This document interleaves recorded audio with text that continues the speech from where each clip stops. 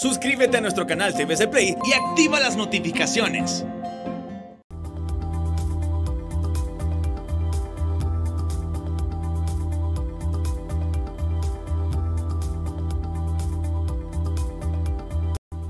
Hola, ¿qué tal? ¿Cómo están? Es un gusto saludarles una vez más en Al Banquillo. Rosendo García se encuentra de vacaciones. Estamos listos para un nuevo programa, un nuevo diálogo y un tema que nos ocupa y del que seguramente vamos a estar hablando mucho en el transcurso de las próximas semanas hasta llegar a el mes de noviembre, mes trascendental para la historia democrática del país.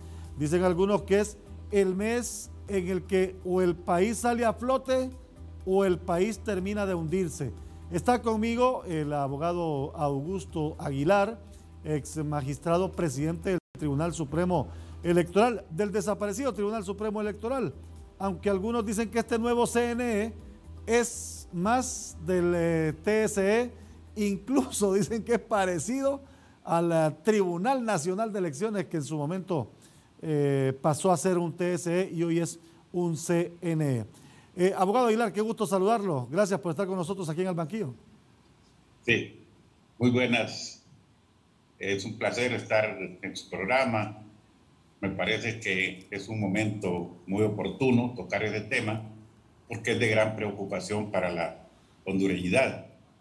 De tal forma que con mucho gusto vamos a colaborar, aunque yo no soy abogado, yo soy doctor en psicología, pero he tenido una larga experiencia en materia electoral y por supuesto que en el Congreso Nacional en el cual fui diputado en 2 periodos y después secretario general y presidente del Tribunal Supremo Electoral. Tuve la suerte, la oportunidad de participar en la redacción de las 2 leyes, la de los 2004 y la que recientemente se aprobó. Y por eso es importante dialogar con usted y plantear a la población las opciones que tenemos de cara a este nuevo proceso. Ya con una nueva ley, porque a las internas fuimos con la ley anterior y ya ve usted lo que pasó. Así es. ¿Usted considera y comparte con algunos sectores de los extremos en los que estamos? ¿O recuperamos el país en materia institucional o termina de hundirse la democracia en este proceso que se nos viene? Claro, comparto esa opinión porque hemos tenido muy mala experiencia en los últimos procesos electorales. A veces en esos foros internacionales, a mí me tocó estar en México cuando resultó electo López Obrador y me dio tristeza cuando uno de los expositores se refirió a los países que tenían sistemas electorales más corruptos, y ahí mencionó a un país de África y al de Honduras. Entonces, es diríamos, una situación muy preocupante, muy difícil la que estamos viviendo, sobre todo porque ya estamos a pocos meses de tener un nuevo proceso electoral y cuando las elecciones no son transparentes y confiables, conducen indudablemente a una crisis, que es lo que se trata de evitar, y por eso tanta preocupación por los medios de comunicación, los partidos políticos y la ciudadanía en general. ¿Y son válidas, de acuerdo a su criterio, la percepción del sistema electoral corrupto en Honduras? Claro, es que lo importante en estos aspectos es la percepción que se tiene, y en este caso es completamente, diríamos, negativa, no solo al interior de nuestro país, sino que también desde el exterior así nos ven. Recuerdo unas recientes declaraciones que escuché del secretario general de la OEA cuando se refirió a los dudosos resultados de la última elección en Honduras.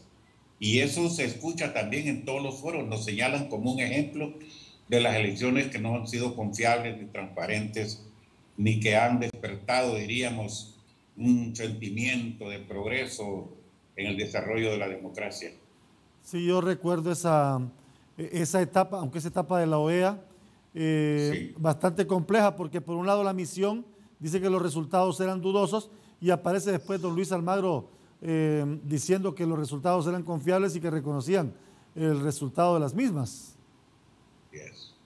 Um, Sí, esa es una opinión sí, generalizada, claro. porque lo que se decía o se dice todavía es que hubo un momento en que algunos miembros del OEA estaban recomendando que se repitiera la elección en Honduras y que se hiciera una especie de segunda vuelta en la que deberían haber participado los dos candidatos que se referían al actual presidente y al ingeniero Salvador Narrala.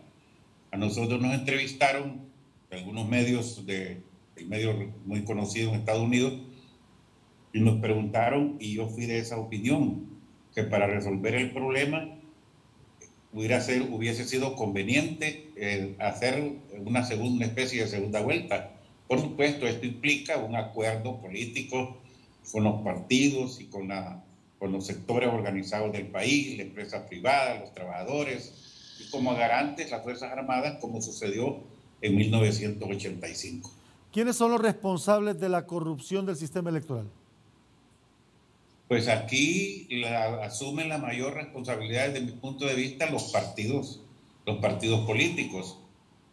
Porque imagínese usted que en América Latina, el único país en donde prácticamente quien nombra o quien ubica o quien asigna la responsabilidad de manejar los organismos electorales, tanto desde la Junta Receptora de Votos, pasando por los organismos intermedios, como son los consejos municipales y departamentales, son los partidos políticos.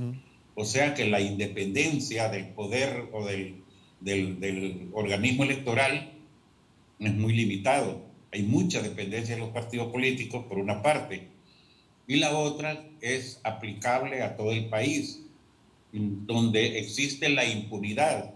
Aquí en Honduras yo por lo menos no recuerdo que alguna vez alguien haya sido condenado o que lo hayan llevado a la cárcel por cometer un delito electoral.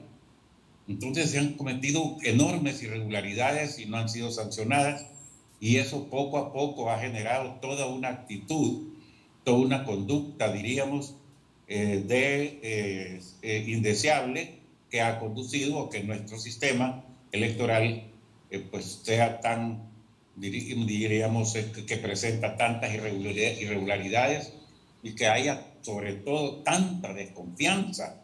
Ese problema de la desconfianza es lo que genera muchos conflictos en todos los niveles. Y todo esto que ha venido pasando, el tema de las dificultades de presupuesto, aprobación de un nuevo organismo con funciones que le delimitaba la ley anterior y no una ley vigente, de lo que vamos a ir hablando en el camino, ¿será esto la negativa, el rechazo, la oposición de estos grupos políticos que no quieren perder el control del organismo electoral porque saben que ahí es donde está el secreto para mantenerse en el poder o para llegar al poder? Claro, eso es valedero, la lucha por el poder, pero eso es natural. El problema es nuestra pobre cultura política, la pérdida de valores. En otros países es lo mismo. La política es una guerra en la cual no se disparan balas, pero sí se emiten opiniones, palabras, lenguaje, etc. Entonces es por la búsqueda del poder. Pero nosotros no hemos seguido por el camino correcto y entonces esos señalamientos de fraude, esos señalamientos de comisión de que se cometen delitos electorales, que eso no es lo que se da en países como Chile, Uruguay, Costa Rica y otros. ¿Se acuerda usted que el desaparecido Tribunal Nacional de Elecciones tenía un representante nombrado por la Corte Suprema de Justicia? No sé si en algún momento le daba equilibrio o no a las decisiones, que eran nada más tomadas por dos partidos y el representante de la Corte que era puesto por el partido que gobernaba. Pero le daba más equilibrio o un poco más de independencia a las decisiones tener un veedor de esa categoría. Pues imagínense que yo creo que más bien con el Tribunal Nacional de Elecciones era quizá peor que lo que tenemos ahora. Ajá. Porque los miembros del Tribunal Nacional de Elecciones eran nombrados directamente por los partidos. Por los partidos, sí. Ni siquiera pasaban por la elección en el Congreso Nacional. Y cuando se agregaba uno de la Corte Suprema de Justicia era para romper el empate, porque si había una cantidad de miembros en par, que eran en cantidad que formaran un par, entonces era necesario que se nombrara uno adicional y por eso es que se nombraba uno de la Corte.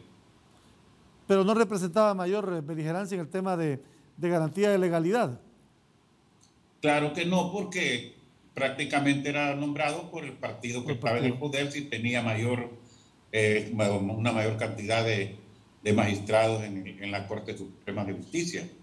Y era tan inestable ese organismo, el Tribunal Nacional de Elecciones, que cada 6 meses, cada 8 meses, cada año estaban cambiando los miembros, porque su nombramiento no dependía de una elección en el Congreso, sino que directamente por nombramiento de la autoridad central de los partidos políticos. Quiero hacerle una pregunta muy personal, hablando de todo esto que hemos venido planteando en el inicio del programa. ¿A usted en algún momento el partido político al cual representó en el Tribunal Supremo Electoral le presionó para decisiones que de repente dijera usted, no, esto no va de acuerdo o esto no corresponde, no voy por esta línea? Fíjese que sinceramente a mí no se me hizo ninguna presión. Fíjese que me sucedió todo lo contrario. Fui yo el que tomé algunas decisiones, y esto lo puedo decir porque es histórico. ¿Recuerda usted cuando no se inscribió por el Tribunal Supremo Electoral la candidatura inicialmente del ingeniero Elvin Santos? Sí, sí, sí. Y entonces ahí en cumplimiento de la ley, pero no recibimos ninguna presión. Ahí fue particularmente él quien ejerció o hizo todas las actividades que al final condujeron a que se inscribiera, pero ya legalmente, porque el Congreso Nacional emitió un decreto especial en el cual, por opinión de la Corte Suprema de Justicia, se regresó al texto original de la Constitución, ya con los en donde se establecía que no existe vicepresidencia, sí, ya con los sino que 3 designados. Sí. Por eso es que el ingeniero Elvin Santos fue el único vicepresidente desde 1982 o antes, hasta estos días. Sí. Bueno, vamos a hablar un poco en el siguiente segmento, ¿le parece?, sobre el rol de este nuevo CNE y el riesgo en el que estamos en este momento de incertidumbre.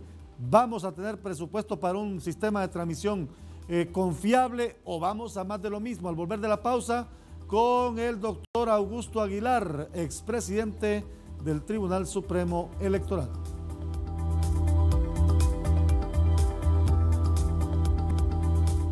Estamos de regreso en Al Banquillo, aquí con nosotros el doctor Augusto Aguilar hablando del panorama electoral que se nos viene. ¿Es este Consejo Nacional Electoral más de lo mismo que ya teníamos? Hay quienes dicen que los cambios fueron de forma, más no de fondo. ¿Es así esto? No, yo participé en el equipo, la comisión técnica nombrada por el Congreso para redactar la nueva ley. Fuimos 6 personas. 2 del Partido Nacional, 2 del Partido Liberal y 2 del Partido Libre. Entonces, existen cambios profundos. Precisamente por eso estamos en esta situación, que no se quieren aceptar los cambios. Hasta cierto punto es una cuestión, un aspecto natural, el temor a lo desconocido. Entonces, hay por lo menos 28 cambios significativos en la nueva ley, comparándolo con la ley anterior. Claro, alguien puede decir, no, pero es que hay una cantidad de cosas que son iguales. Y es cierto, porque hay cosas que no las puede cambiar usted. En una ley electoral no puede dejar de mencionar que van a haber miembros de mesa, que va a haber transmisión de resultados, que van a haber votos, que urnas separadas, que el escrutinio, que el redactor del acta, las funciones de las autoridades centrales, los organismos intermedios. Es decir, esas cosas no se van a cambiar. Por eso cuando se habla de que es una ley, nueva ley, completamente no es cierto. Y lo mismo con la Constitución de la República. Si usted ve una Constitución comparada con la anterior, va a encontrar muchas cosas en común porque no se pueden cambiar. La existencia del territorio, la integridad, la paz, los derechos individuales, etc. Pero en esta nueva ley hay por lo menos 30 aspectos que sí son muy significativos y muy importantes, orientados a tener un proceso electoral más confiable, o por lo menos que sea creíble por parte de la ciudadanía y de los partidos políticos. Sin embargo, hay otros que siguen siendo parte del problema, como por ejemplo, no le pudo quitar a los partidos políticos el control de la mesa, que ahora va a ser una junta receptora, la siguen manejando los partidos políticos. Sí, tiene mucha razón, no se pudo.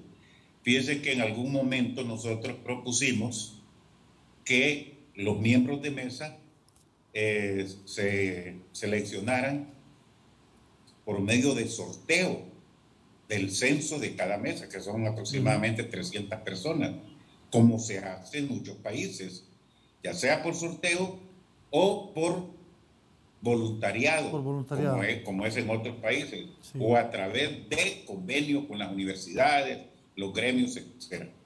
Pero cuando nosotros propusimos eso, no fue aceptado en ningún momento la idea de que se seleccionaran por sorteo del censo de cada junta redactora de votos. En ese sentido tiene razón y eso no se pudo cambiar. Sin embargo, en este caso, lo que sí se mejoró es la forma en cómo van a ejercer sus funciones y no dejar en libertad total como existía antes a través de las credenciales en blanco, que eso es, diríamos, como señalar el punto más negativo del proceso o del sistema electoral anterior.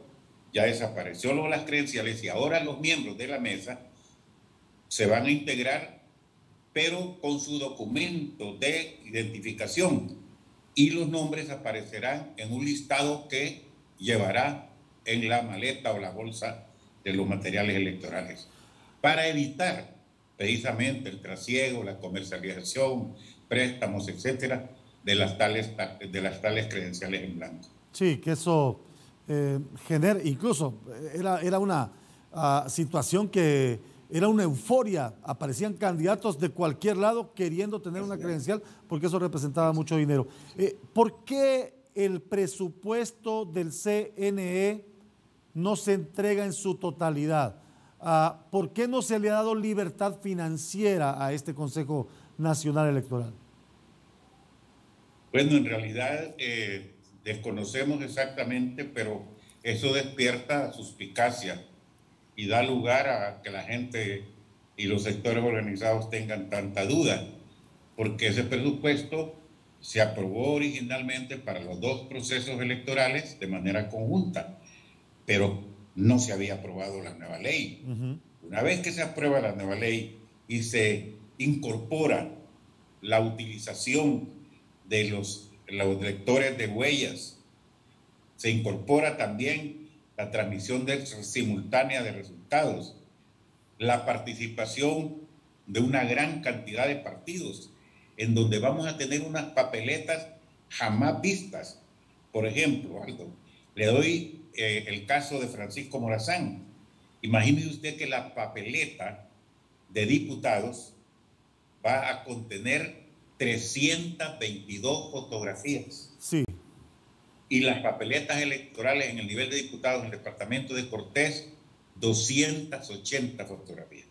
Y así puede ver usted en el resto de los departamentos que se va a duplicar o triplicar el tamaño y la cantidad de fotografías de los diputados por la cantidad de partidos que están participando, que es histórico. Nunca se había dado esta situación, por lo menos en unos 50 años en Honduras. No sé en épocas anteriores, que tampoco se producía porque existía el bipartidismo y durante muchos años, muchas décadas, solo fueron dos partidos. Ya es de reciente, de los años 70 para acá, es que se han incorporado otros partidos, pero durante muchos años solo habían 5. Y en los recientes años es que se ha elevado a 14, que son los que están participando en este momento. Hábleme de esas suspicacias de las que usted me decía al inicio de su respuesta. Sí, ¿Qué suspicacias sí, deja? claro.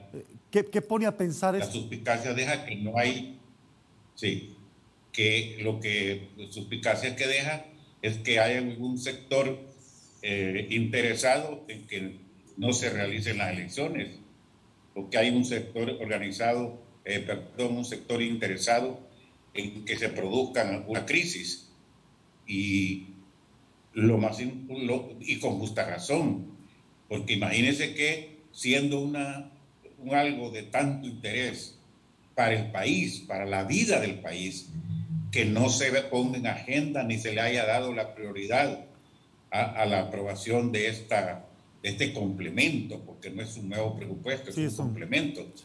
Y no se ha notado el mayor interés y sobre todo despierta más suspicacia el hecho de que ahora, en estos días, han surgido opiniones por parte de representantes del partido de gobierno opinando en contra de la asignación de esos nuevos fondos. Y si usted no llega a elecciones el día que corresponde constitucionalmente, prácticamente volvió a romper el orden constitucional del país. Entró a una nueva crisis política de las que no hemos podido salir desde hace, ¿qué? 12, 13 años, 14 años. Sí, efectivamente. Nosotros estamos viviendo una situación muy irregular y si no se realizan las elecciones, pues indudablemente se rompe el orden constitucional y caemos en una crisis y no sabemos qué es lo que pueda suceder, porque la conducta colectiva es muy difícil predecirla. Entonces, esto es una situación que me parece que es preocupante y que los dirigentes, las autoridades de los partidos políticos deberían de tratar de resolver en beneficio, no de los subpartidos, sino en beneficio del país, en beneficio de la democracia, en beneficio del pueblo, que al final siempre es el que resulta perjudicado cuando se producen situaciones irregulares como las que estamos señalando. Y usted más que nadie sabe, porque lo vivió y le tocó manejarlo, donde más dinero se va en un proceso electoral es en tecnología. Y es urgente, doctor Aguilar, lo veo yo así como ciudadano, sí, como periodista, seguramente usted también como exfuncionario y analista y parte de este grupo que redactó esta nueva ley. No tener un sistema de transmisión de resultados confiable, eficiente, que no represente riesgo, nos pone en una situación de desventaja. Es decir, no tener un sistema confiable, prácticamente usted le está diciendo no vamos a tener elecciones transparentes. Sí, sobre todo porque como existe ese sentimiento de desconfianza, entonces el hecho de que no se realice la transmisión de resultados a tiempo y utilizando ahora las nuevas tecnologías, entonces eso es preocupante por una parte. Y la otra cosa es que es interesante cómo, fíjese que este es otro de los cambios significativos en la nueva ley, que tal como se ha planteado, y esa es una de las consideraciones que yo creo que despierta temor en el partido de gobierno, el hecho de que esa transmisión se daría, porque así lo contempla la ley, de manera simultánea. Sí. Ya no solo al organismo electoral o al centro de cómputos del Consejo Nacional Electoral, sino que simultáneamente a los servidores de los partidos políticos y de la prensa internacional. Sí, a los medios. Exactamente. Claro. Entonces a eso creo yo que es que se experimenta algún temor, desconfianza o quién sabe qué razones tendrán para estar oponiéndose a una a una acción de esta naturaleza. Porque la ley establece que acta escrutada, acta firmada, es ingresada y de inmediato se conoce el resultado. Y eso va engrosando las bases de datos, los centros de cómputo y se va generando tendencia más rápidamente que en procesos anteriores. Sí, y además, la nueva ley, que es otro de los cambios que se establece, acuérdense que esto ha sido también un problema en los procesos electorales anteriores, eso de que a qué hora el organismo electoral comienza a dar sus datos oficiales.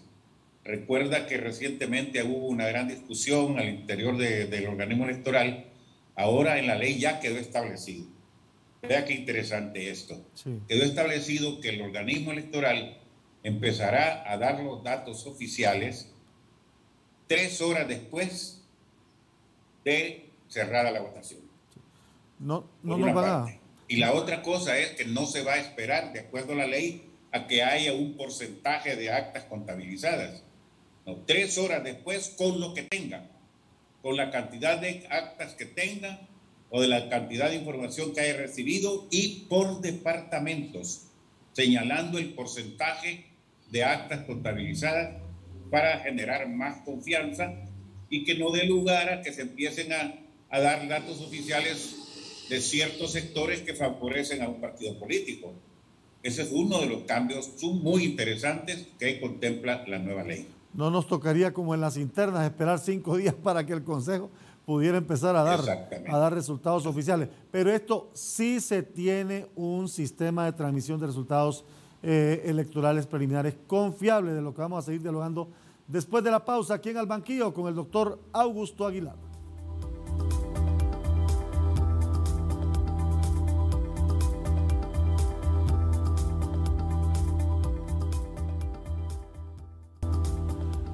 Estamos de regreso en Al Banquillo, el panorama electoral, la conflictividad financiera que tiene en este momento al Consejo Nacional Electoral con las manos atadas.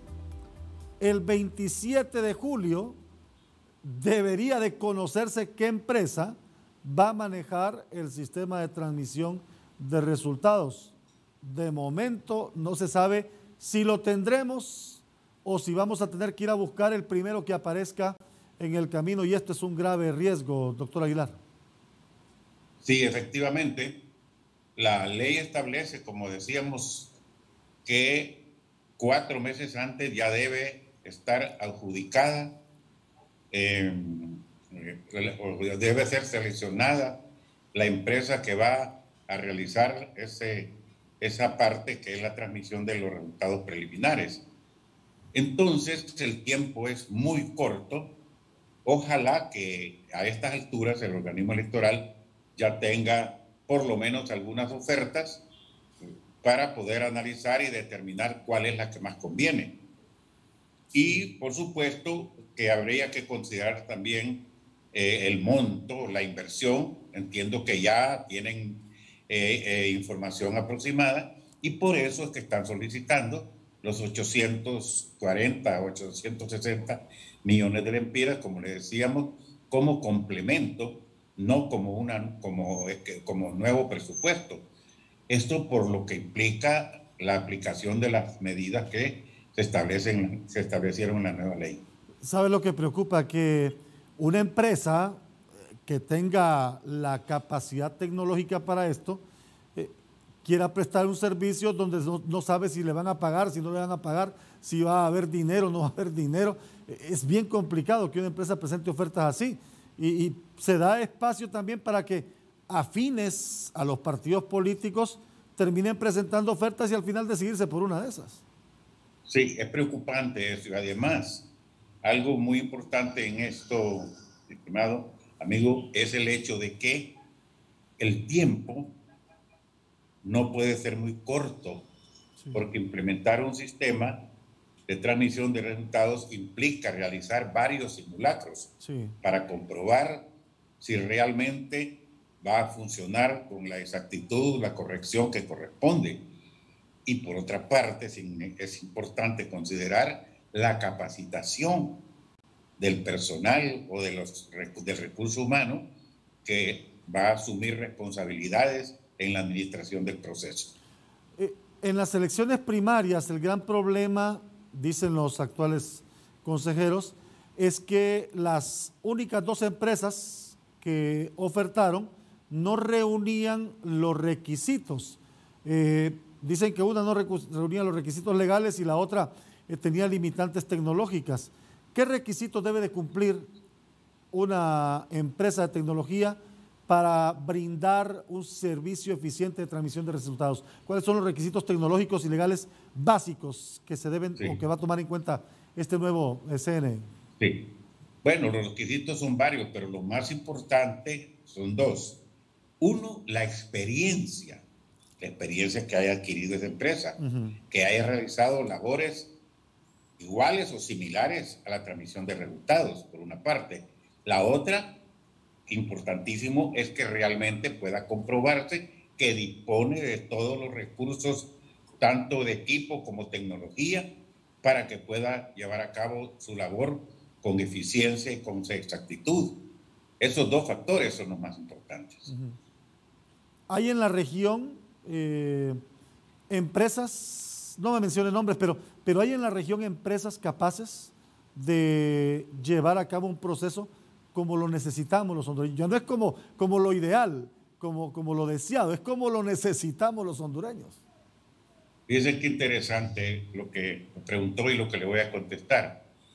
Sí hay empresas e incluso han hecho ofertas para incorporar o para establecer o para hacer funcionar el voto electrónico desde hace mucho tiempo. Entonces, hay varias empresas que lo pueden hacer y que tienen experiencia en América del Sur y sobre todo. Pero lo interesante que le quiero decir es lo siguiente. Fíjese que la mayor parte de los organismos electorales en América Latina ya no están contratando empresas para esa labor, sino que progresivamente han perfeccionado sus propios sistemas, utilizando sus propios recursos tecnológicos, utilizando su personal y todos los diríamos, insumos que necesita una transmisión de resultados. Entonces muchos países ya no necesitan contratar empresas. Ahora, el caso nuestro es por la desconfianza entre nosotros mismos. Ese es el gran problema. Y por eso la necesidad de contratar una empresa para que lo haga de manera, diríamos, una tercerización del servicio. Sí. Pero lo ideal sería que con el tiempo, cuando ya exista confianza, cuando haya más cultura, cuando haya más corrección en la administración de los procesos electorales, lo ideal sería que el mismo organismo electoral nuestro, el Consejo, llegue a tener sus propios sistemas sin tener que estar contratando empresas, ya sean nacionales o extranjeras. Pero eso va a pasar cuando los partidos políticos no pongan a los representantes en el tribunal o en el Consejo ahora, porque yo no sé si usted compartirá conmigo, o será que yo tengo otra percepción, pero veo este Consejo más marcada la politización, la designación política que en organismos anteriores. Sí, hay algo de cierto en eso, bastante de cierto, pero fíjese que en otros países también los miembros de los organismos electorales son propuestos por los partidos políticos, pero una vez que entran en funciones se desvinculan, por lo menos para la aplicación de la ley. Se desvinculan de sus partidos y no obedecen las instrucciones o las decisiones que emanen de sus mismos partidos. Fíjense que en El Salvador, por ejemplo, son 5 miembros, 4 de los partidos mayoritarios, y así lo establece. Aquí no, aquí la ley no dice que son los partidos políticos los que van a proponer. Nuestra Constitución lo que establece es que serán electos por el Congreso Nacional y hay un procedimiento. Claro. Pero en la Constitución de El Salvador se establece que los miembros del organismo electoral son a propuesta de los partidos y 1 o 2 propuestos nombrados o propuestos por la Corte Suprema de Justicia. Pero usted ve que en El Salvador hace poco se produjeron 2 elecciones y no hubo mayores problemas. Hubo una elección intermedia de diputados y alcaldes y la elección general. Yo estuve en esas elecciones y no hubo mayor problema y así se eligen a los miembros del organismo electoral. Sí, Más, le señalan que el que tenga mayoría de votos ejerce, le asigna la presidencia del organismo electoral y por todo el periodo. Estamos hablando de los 5 años. De tal manera que no es cuestión tanto de que si los proponen o no los partidos, la cuestión está en que haya una desvinculación y que los funcionarios no se obliguen a cumplir instrucciones de sus partidos, sino que obedecer únicamente a la Constitución y las leyes. sí, sí, aquí eso de, no sé, rotar la presidencia, me parece que no es una decisión acertada, pero bueno, habrán opiniones. Claro. El presupuesto es vital. Si no hay presupuesto, no tenemos elecciones. Y si tenemos elecciones, no serán confiables.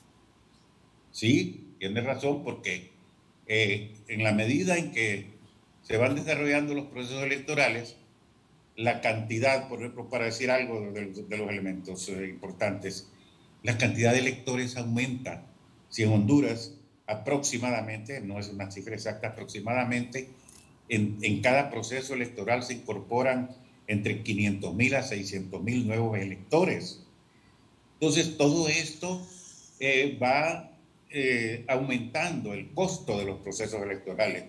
Si se inscriben más partidos, también elevan los costos. Y en las primarias, si se inscriben una mayor cantidad de movimientos internos, también eleva los costos. Y si ahora le estamos incorporando tecnología y más, candados, entre comillas, entonces todo eso también aumenta los costos. No nos queda duda. Pero la democracia es cara, de tal manera que, desde mi punto de vista, debe hacerse el gran esfuerzo por dotar al organismo electoral de los recursos necesarios para que pueda realizar las elecciones tal como aspiramos y deseamos todos los hondureños, que realmente el resultado sea el reflejo de la voluntad de los ciudadanos. Sí, totalmente. Dicen algunos que la democracia es cara y es un alto precio que se paga por la participación de unos pocos, porque las mayorías ya no quieren participar en los procesos electorales porque simplemente no confían. Voy a ir a la pausa, doctor Aguilar, y regresamos para hablar del censo. Vamos a seguir hablando de los resultados, el acta de cierre es sin duda alguna un tema fundamental. Estamos al banquillo, volvemos.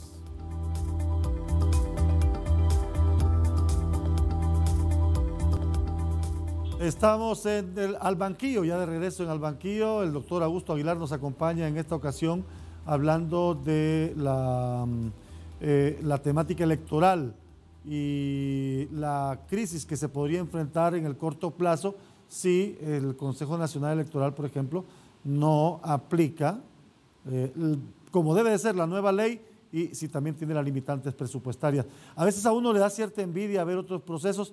Hablábamos hace poco del de Salvador, por ejemplo, sin mayores complicaciones, la ciudadanía votó y de ahí siguió trabajando, escuchando los resultados.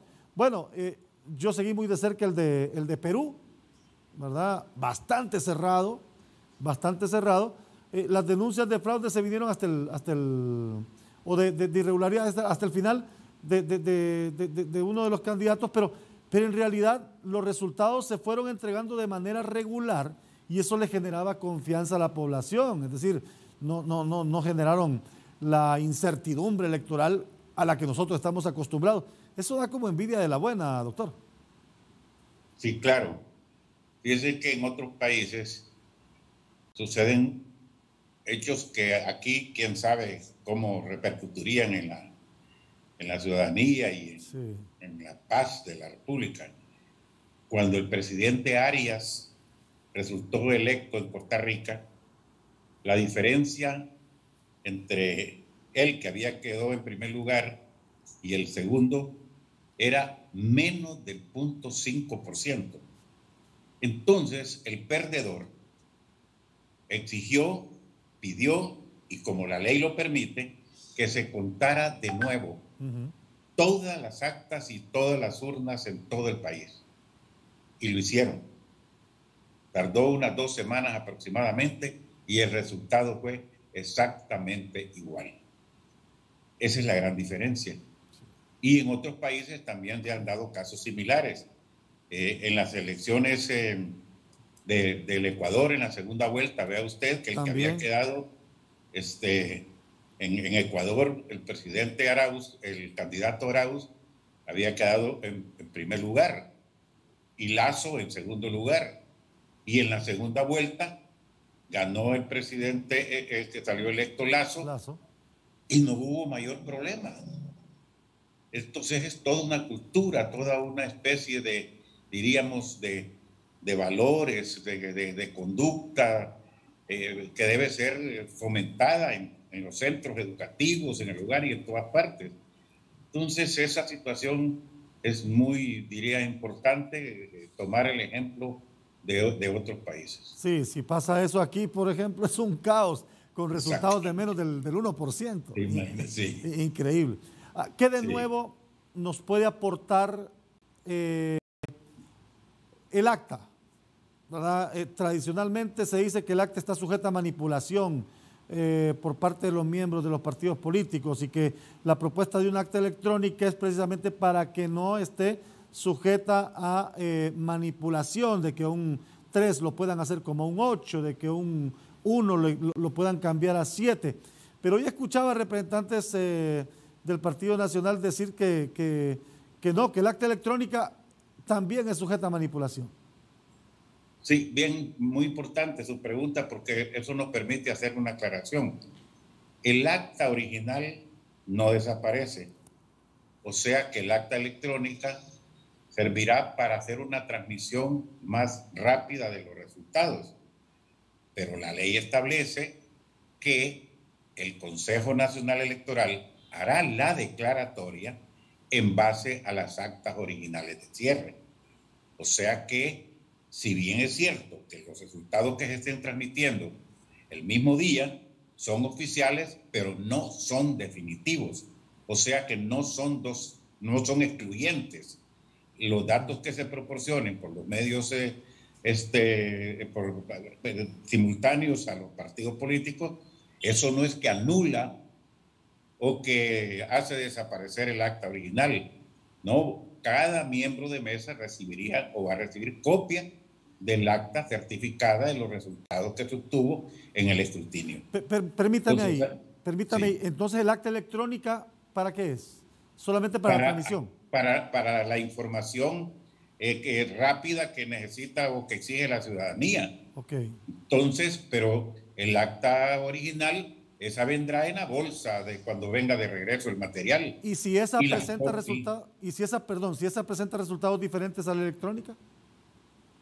Bueno, por lo menos ya van a ser muy difícil cambiarlos, que sean diferentes, porque recuerde que ya esa información va a ser oficial y ya los partidos políticos van a tener la información. Okay. Precisamente eso es una especie de candado, entre comillas, como decíamos al principio, para evitar que después se le hagan cambios al acta original. Es como un filtro, es decir, como refrendar lo que va a ir en el acta original. Así es. Esa es la intención. Eso es lo que se le llama el espíritu de un artículo o de una ley. Claro, y a quién no le convendría, bueno, hablando de este tema de la manipulación del acta que se ha venido hablando, lógicamente envió resultados por un acta electrónica. Después, ¿cómo cambio o cómo le cambio numéricamente los resultados al acta original? Sí, es mucho más difícil. Y entonces, los que estén interesados que no exista esa transmisión así electrónica, bueno, pues por algo ha de ser, ¿verdad? Eso es lo que despierta suspicacia y sospechas. Sí. Voy a una última consulta. El Censo Nacional Electoral debe salir de este nuevo proceso que ha hecho el Registro Nacional de las Personas, ¿verdad? ¿Qué garantía hay de que este será un censo bien depurado, que no va a admitir gente que ya falleció, gente que no esté en el país? Sí. ¿Qué garantía hay de que este censo va a ir bien depurado? Pues yo siempre he dudado de que realmente se tenga un censo 100% puro como se ha estado pidiendo o se ha estado llamando, porque me parece que se cometió un error al querer hacer o documentar a toda la ciudadanía en tan poco tiempo. Sí. Hay que tomar muchos factores en cuenta. Un proceso de identificación nacional en un 100% y con toda la exactitud y con toda la, diríamos, la confiabilidad, eso es muy difícil hacer en poco tiempo. Eso se puede llevar 2, 3 años, eso no es de meses. Recordemos que por una parte, la conducta de los hondureños en este caso ciertamente no es la de ser puntual y siempre dejamos las cosas para última hora, para último día o cuando hayan exigencias por parte de las autoridades. De tal manera que, sin ser pesimista, pero creemos que va a mejorar mucho, pero que va a estar exactamente puro el censo, no lo creo. Bueno, se van a encontrar irregularidades, sobre todo por esos cambios que se hicieron de domicilio o de centros de votación de muchas personas, que es muy difícil corregir eso en tan poco tiempo. Y que mucha gente todavía no tiene su nuevo documento de identificación, ni se ha ido a censar, ni lo ha ido a tramitar. No le extrañe que nos permitan ir a votar con las 2 identidades. Así es, eso es muy difícil. Por eso le decía que no van a haber irregularidades e inconvenientes, casi seguro, pero ojalá que no sean de tal magnitud como para poder alegar o discutir o argumentar que el proceso electoral no se hizo de manera correcta o legal. Sí. Porque en cualquier parte de eso sí, en cualquier parte del mundo se encuentran ciertos errores, irregularidades, pero que no tienen mayor importancia cuando no deciden una elección. Sí. Si la magnitud de las irregularidades no es influyente, no decide, entonces esas son las situaciones que se toman como normal para cualquier proceso electoral. Doctor, agradezco su participación.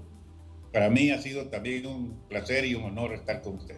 El doctor Augusto Aguilar, expresidente del Tribunal Supremo Electoral.